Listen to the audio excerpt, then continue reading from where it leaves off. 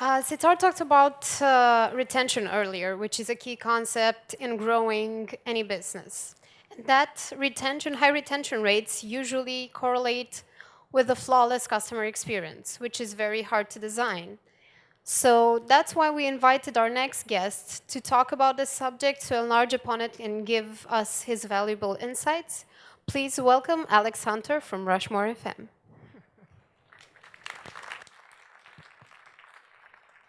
Thank you. Before we get started, feedback. Before we get started, I need some volunteers to help me steal one of these chandeliers for our office. Have you seen these? Unbelievable. So anyway, I need a show of hands for that later. Anyway, my name is Alex Hunter, and I do have some slides, and there they are. I'm the CEO of Rushmore, which is an online music community. I think you'll be hearing a lot about us in the next few months, so afterwards, or tonight at the party, come find me and let's have a chat. What I want to spend the next few minutes talking about is how you stand out, how you differentiate yourself, how you punch above your weight and appear to be much larger than you actually are, which is critical in early stage startups and frankly any business of any size. The challenge that you have today in 2013 moving into 2014 is the marketplace has never been more crowded. There are startups producing everything you can possibly think of, and the older legacy businesses are finally getting their shit together and creating competing services. The reality of the situation is that you could launch your business on Monday, and by Friday, you have a competitor. That's not a bad thing. Don't be frightened or intimidated by that. It's great, it's healthy, it's an advantage to us, but it's the reality of the situation that we're playing in. The reason why this is the case is because the landscape that we operate in has fundamentally changed. Business as we know it has transformed, and that transformation has accelerated in the last 15 years.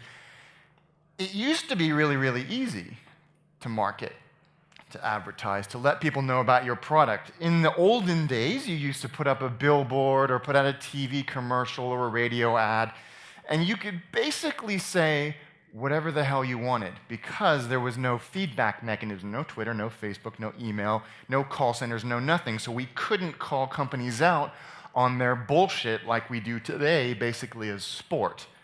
And these are all real ads from the 50s, 60s, and 70s. An ounce of prevention is worth a pound of cure. From basically smoke cigarettes and you'll get healthier.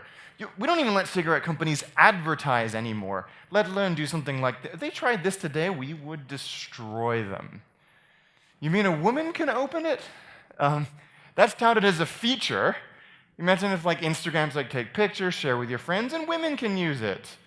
And that's Del Monte. They are not a small brand, but that was a feature that they felt necessary to advertise in the 50s. And I'm sure pissed a lot of people off back in the day. For my nerds in the room, you mean this is a computer? And the single greatest strapline in advertising history? You bet your sweet telex operator it is. This next one is my personal favorite. I have it framed in my office at home. Blow in her face and she'll follow you anywhere. Ladies, is that true? They're no longer in business. Look, if for some reason you don't believe a brand or just a piece of corporate messaging, you will believe legendary American comedian and Bob Hope in one of the creepiest pictures I've ever seen. And if Bob says smoke Chesterfield cigarettes, you'll smoke Chesterfield cigarettes. Now, if for some reason you don't like Bob Hope, don't think he's funny, then you will believe your doctor. And if your doctor tells little Timmy there to smoke Camel cigarettes, Timmy's going to grow up smoking Camel cigarettes. Sorry, a depressing note to end, but it's the reality of the situation. Now, we don't tolerate that anymore. We've been fitted with some fairly sophisticated bullshit detectors to realize when we're being marketed to. However, it has led us to complacency. And in 2013, building your product or your service or your software or whatever it might be isn't good enough. You can't just throw it out on the internet and go, look, there, it's done. What do you think? You've got to do a lot more than that. And the first thing that I want you to think about when you're building your product is to stop thinking about your product. You have to create an emotional reaction to your users. They've got to feel something when they're actually using it. This was a line from Mad Men, which us marketing nerds is basically like porn. You feeling something is what sells, and that's absolutely true. The psychology has taught us from the dawn of psychology that relationships are built on emotional connections between two individuals. Remember that word individual because it's very important. It'll come up later. The crux of this reasoning is this, that emotion is far more powerful at creating retention than reason. There is a Canadian neuroscientist called Dr. Donald Kane who basically nailed this. And his philosophy or his finding was that reason draws people to conclusion. Like, okay, well, that makes sense, and it does this. But emotion gets people to act, and that's fundamentally what we're trying to get people to do. Visit our site, log in, create an account, share something, buy something, use it, and share. Action. That's what we're all building our products for. So we have to create that emotional connection. Let me give you an example of what I am talking about.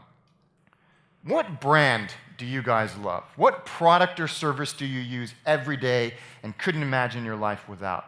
What brands give you that warm, fuzzy feeling?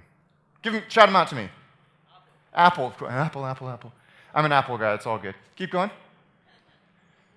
Google. Really? Google. Okay. Facebook. I'm starting to judge you people now. Spotify, good one. I did this once and somebody was like, beer. That's kind of hard to argue with. So mine is Diet Coke. To me, there is absolutely nothing better in this entire world than a cool, crisp, refreshing can of Diet Coke. No, they're not paying me. I know it's going to taste the same wherever I go. I know it's going to hit the spot. I am 100% brand loyal to Diet Coke. So much so that if I go into a bar or a restaurant and I order a Diet Coke and the waiter or waitress goes, hey, would Diet Pepsi be okay? It's like they've spit on my grandmother.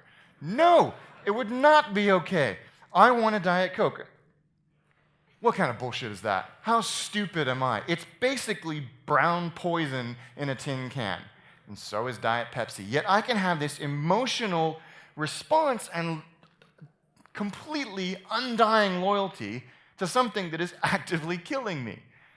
So that's what actually you're trying to get to. You don't want to kill your users, but you do want them to have that same emotional response.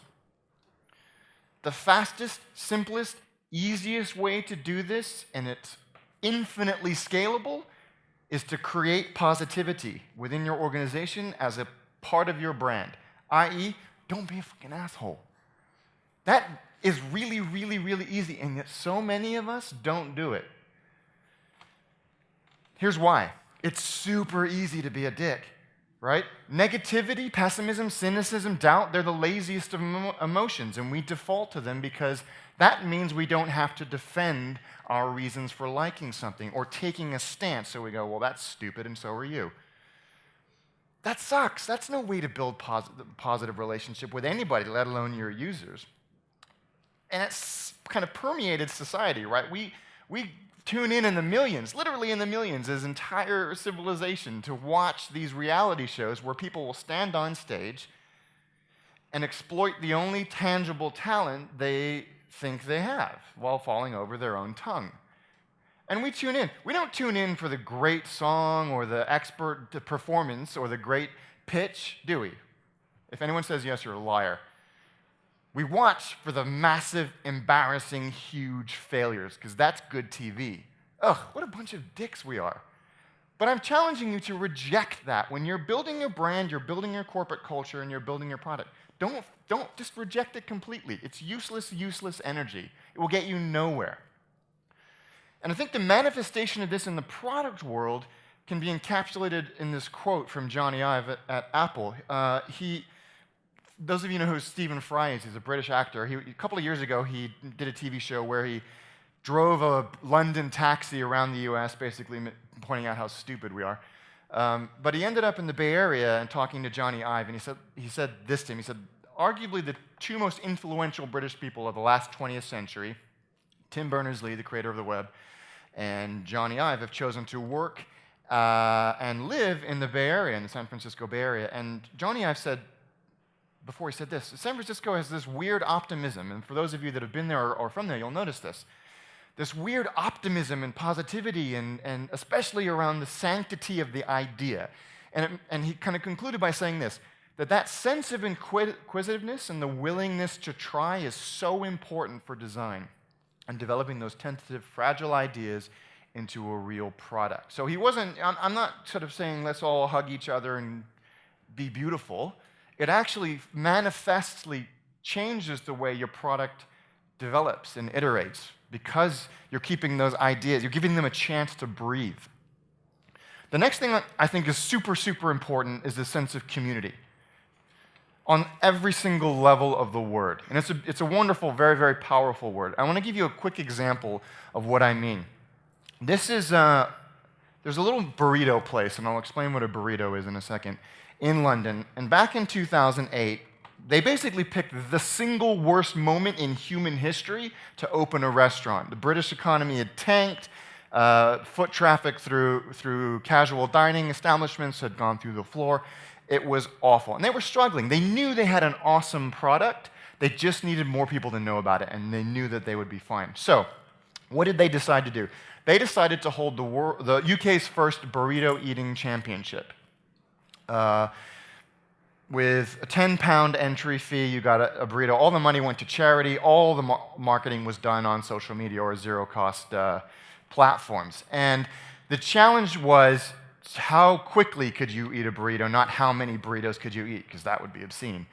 And a burrito, well, let me show you. This is a blogger for one of the big national newspapers in the UK, and he was absolutely in it to win it. So he's got his full protection gear on. And there you can see the burrito. So it's basically a flat, a wrap with meat, cheese, rice, and vegetables, about the size of a baby. And he was in it to win it. And he's going hard. He's chowing down on this burrito, and then it all starts to go horribly wrong. Oh, no.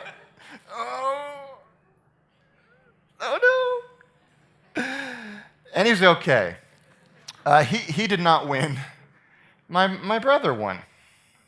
My brother is the UK burrito eating champion. We're all very proud of him.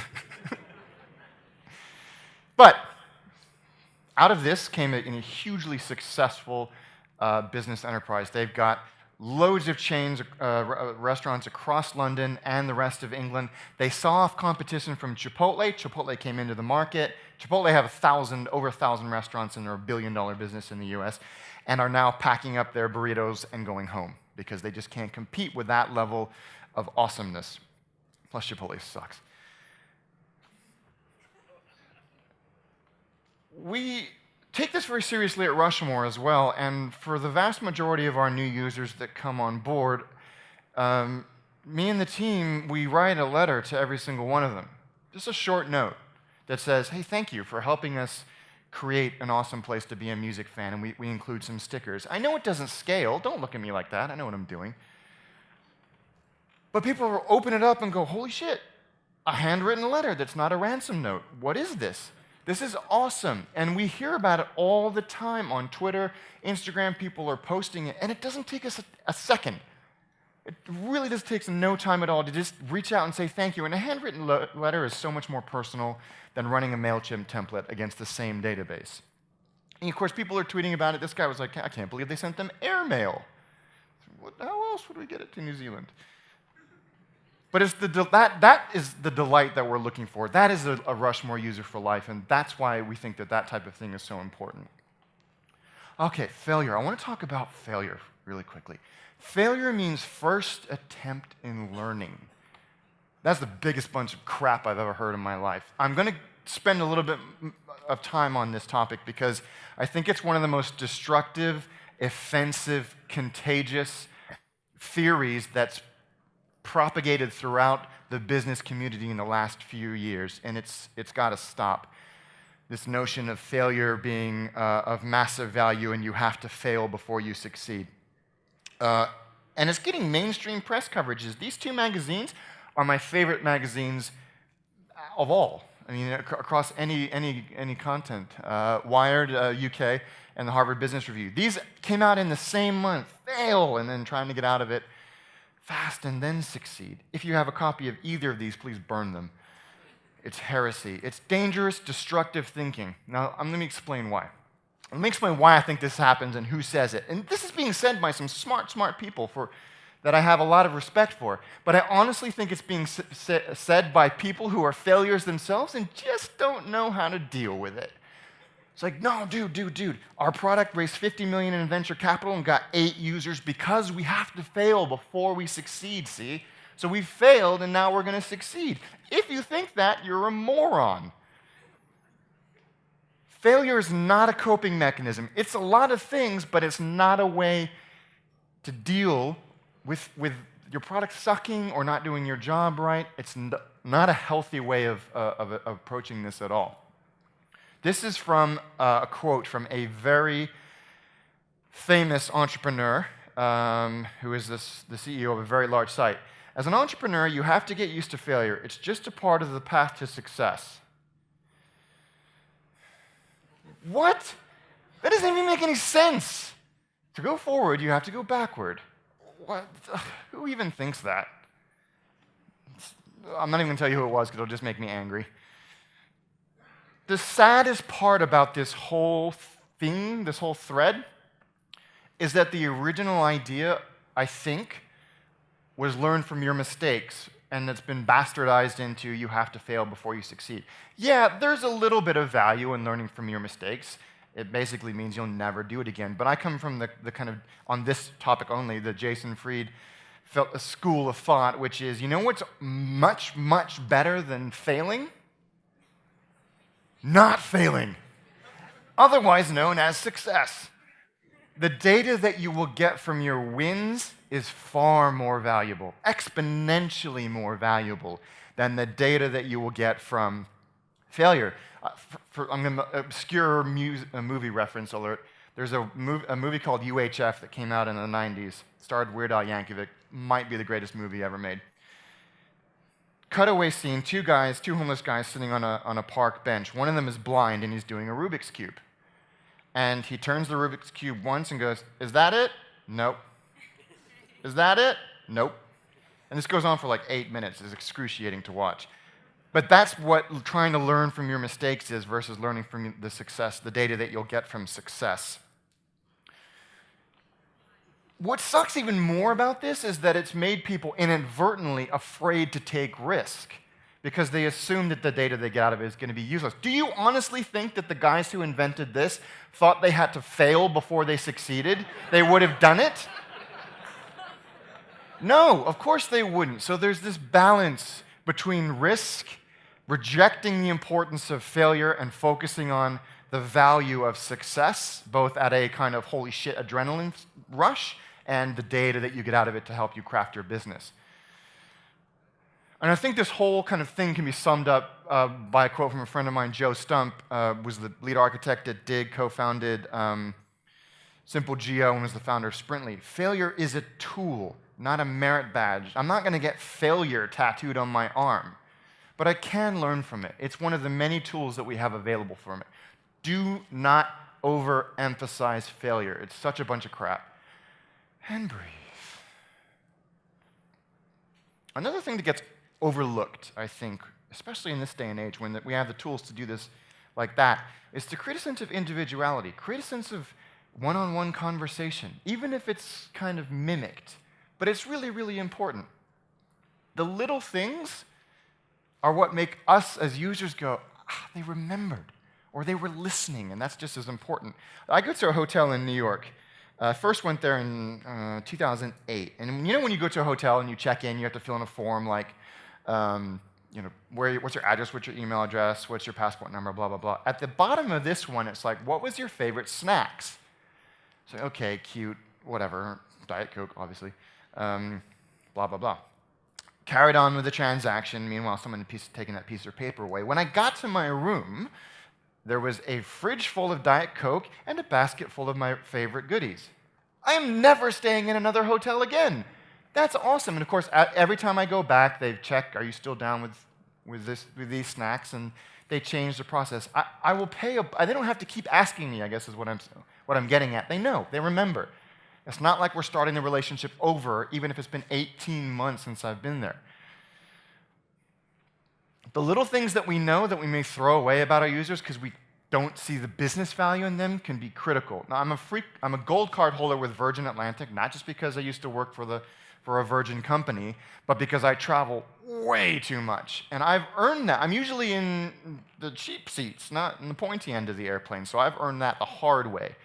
One of the many things that Virgin Atlantic does so well is that even if I'm sitting in 72F aisle seat, back of the airplane, someone from the in-flight team will come up and say, "Hey, thanks for flying with us again. It's good to see you," and hand me a glass of champagne. I don't even like champagne, but I'm going to drink that shit because I know where it came from. And this is where Virgin gets it right on so many levels, is those little tiny personal touches. Can they compete on product against Singapore Airlines and Emirates? No, not even close. Not even a competition. But you'll struggle to find an airline that can beat Virgin on stuff like that. The good thing about this, zooming out to a macro level, is the patterns do start to emerge. If you haven't already figured it out, I'm kind of an airplane nerd. This is a day's worth of air traffic through Europe. And the reason why I use this visual metaphor is because every single one of those dots has an individual request which needs to be interpreted, addressed, processed, actioned, and passed on in real time. Tens of thousands of times a day while that thing is going 600 miles an hour through space, and we're reading a magazine, not even knowing that it's going to happen. And if they can do it with that, we can do it with bits of information. Okay, granted, the bits of information are coming at the speed of light, but we can get them, interpret them. That's the least that we can do for our users, is to remember what they told us the last time they were here and use the information that we can infer about them to create those unique experiences. And they will create individual experiences, right down to the individual person, not collections of people, but the actual person. And everything has to, for better or worse, boil down to actual business metrics. So what you're looking at is increased conversion, repeat business, and ancillary peripheral revenue, all of which are crucial for staying in business. This may seem obvious, but is, again, something that we overlook. Anyone know what that is? I'm sure a lot of you do. It's a thermostat, right? Thermostats are a very unsexy business. They are boring beige boxes that usually keep us too hot in the summer and too cold in the winter. We tend to ignore them unless we're feeling one of those things. But the guys at Nest realized, no, this is something that we can improve not just visually, but technology as well. It learns, it understands your movements, your patterns, and saves you money. So they took the least sexy business around and they sexified it and improved the customer experience. Huge, really, really important. And that's what we all have to strive to. There is no excuse for I'm in an unsexy, boring business. There's no such thing. You have users, they rely on you. I think the Arthur C. Clarke, the science fiction author, sums this up nicely. Any sufficiently advanced technology is indistinguishable from magic, and that is what we are trying to create every single day. This is kind of the last topic I want to touch on. I was one of the very first employees at Virgin America, an airline. How many of you have flown on Virgin America? A few of you.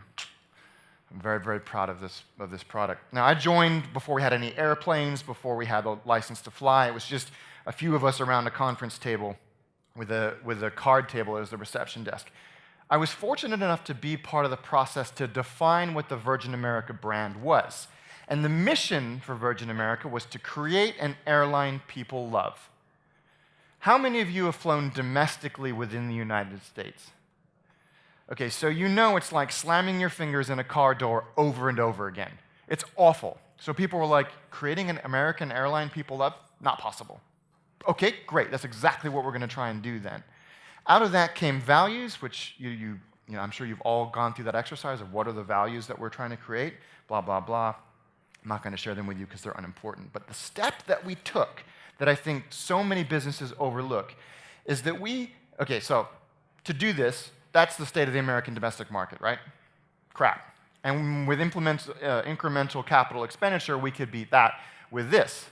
That's the inside of a Virgin America airplane. Mood, lighting, Wi-Fi, live TV, streaming movies, order your food on the screen, blah, blah, blah. Completely amazing. But we had to think of the product as this, an empty shell.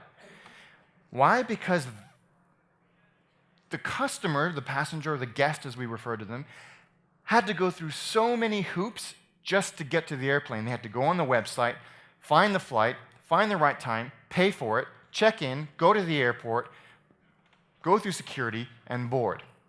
If any one of those steps was crap, it doesn't matter even if the inside of the airplane was 10 times better, not possible. We would have let them down, and they could get on the plane and go, yeah, I don't care about your stupid mood lighting. I just got 45 minutes in line at check-in. Who cares how good the plane is? So the step we took is this. We identified every single point at which a consumer, guest, or potential guest could interact with us. And this obviously is just a small sampling of them. And then we made sure the values came through in every single one of them. So no matter how somebody came across the brand or the product or an ad, they got what we were trying to do. They understood it. So a retweet from somebody they'd never met before, they could get what we're trying to do by our tone, by our visuals, by the way that we described ourselves in 140 characters. Now you'll notice a lot of these are people. People are inherently unpredictable and difficult to conform, right? They tend to screw up from time to time. Making the physical things compliant and consistent, that's a piece of cake. If you're not doing that, you're not doing your job right. But the way we did it with people was every single person in the organization, no matter if they were the CEO or right the way down to a brand new employee, every single person went through a full day brand immersion.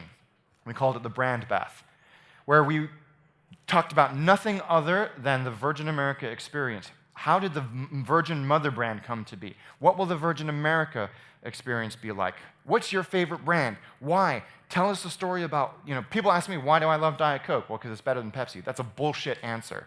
So we drilled down into, what soda did you have in your house when you were growing up, and what do you think about? I mean, Diet Coke is a really weird example, but we were all getting quite emotional because these are brands, for whatever crap reason we had, meant a lot to us. And that is the type of reaction and emotional investment that we wanted every single member of staff to have when they walked out of that room. And it worked. It's a very, very consistent product. Apple obviously do that incredibly well as well. You walk into an Apple store anywhere on the planet, and the experience is unbelievably similar across the board because they go through a very, very similar process. And it's refreshing to me to go onto a Virgin America airplane, and I left Virgin America in 2008, and the small things are still there, and that is hugely satisfying, and it's the reason why they're doing as well as they are, and they have such loyal customers. So I just want to end by saying all you have to do to succeed really is these three things. Work hard, stay positive, and for the love of God, just build something. Thank you, guys. Thank you. Thank you, Alex. That was an amazing talk. We have time for 2-3 questions. So please raise your hand, and the mic will come straight for you in the back.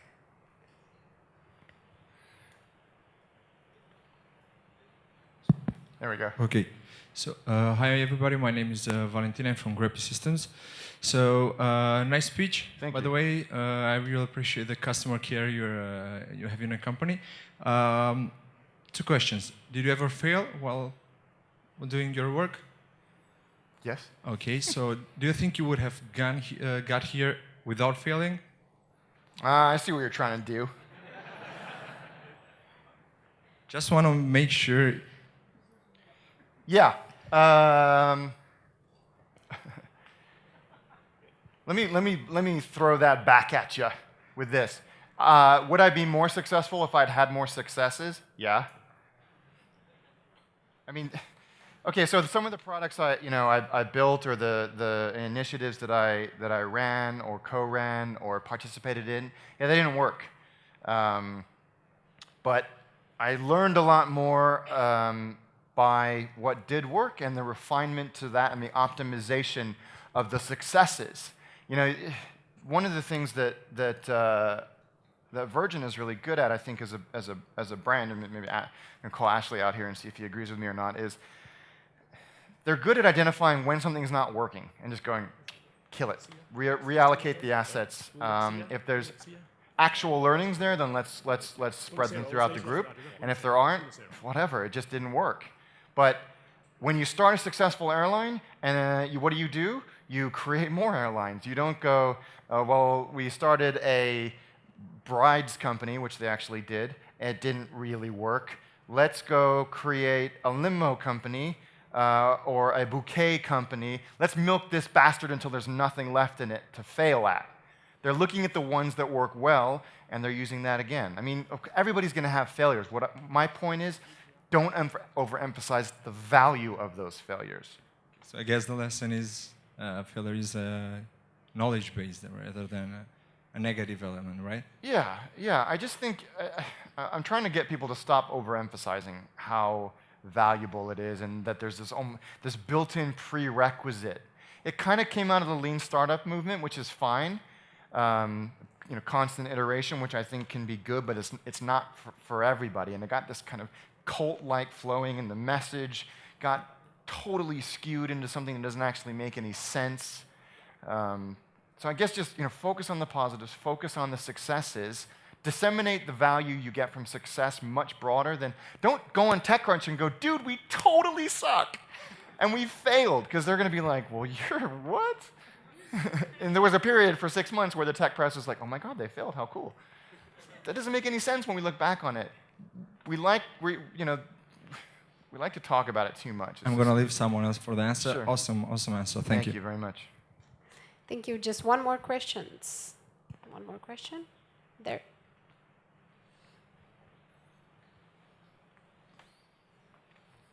Someone's bringing your mic, don't worry.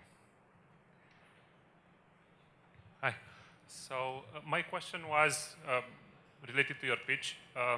Everpix is everything that you said, and it's true they had amazing engagement, and still it didn't work eventually. So what do you think is that they didn't do right and should be avoided? Yeah, that was a weird one. I think there was a lot of things that went wrong, but you're right, they did a lot of things right. I think that the timing of when they took money was weird. But other than that, I mean, I got to tell you, it's a little weird to dissect a very, very recent death. Makes me feel a little uncomfortable because we're all kind of in the same group, same team. Going, when one of your comrades falls, you're like, oh, dude, that sucks. Even if it's a competitor, when a competitor fails, you're like, that's good. Yay, is it good? I don't know if it's good or not. Everpix were one of the good guys, and I'm sad to see them go. But not to sound like a dick, but it's business. I mean, it might have been wrong time, it might have been wrong product fit, it might have been wrong demographic. I think only time will tell. If someone steps into that market and does a better job, we'll know they just weren't good enough or didn't tell enough people fast enough about it. I mean, I think it's too early on the level of kind of sensitivity and also of pragmatism to know what we're going to get out of them. Maybe in 6 months we'll know a little bit more, but I don't know. Thank you so much. There you are. I was like, I'm still here. God? Thank you. Thanks.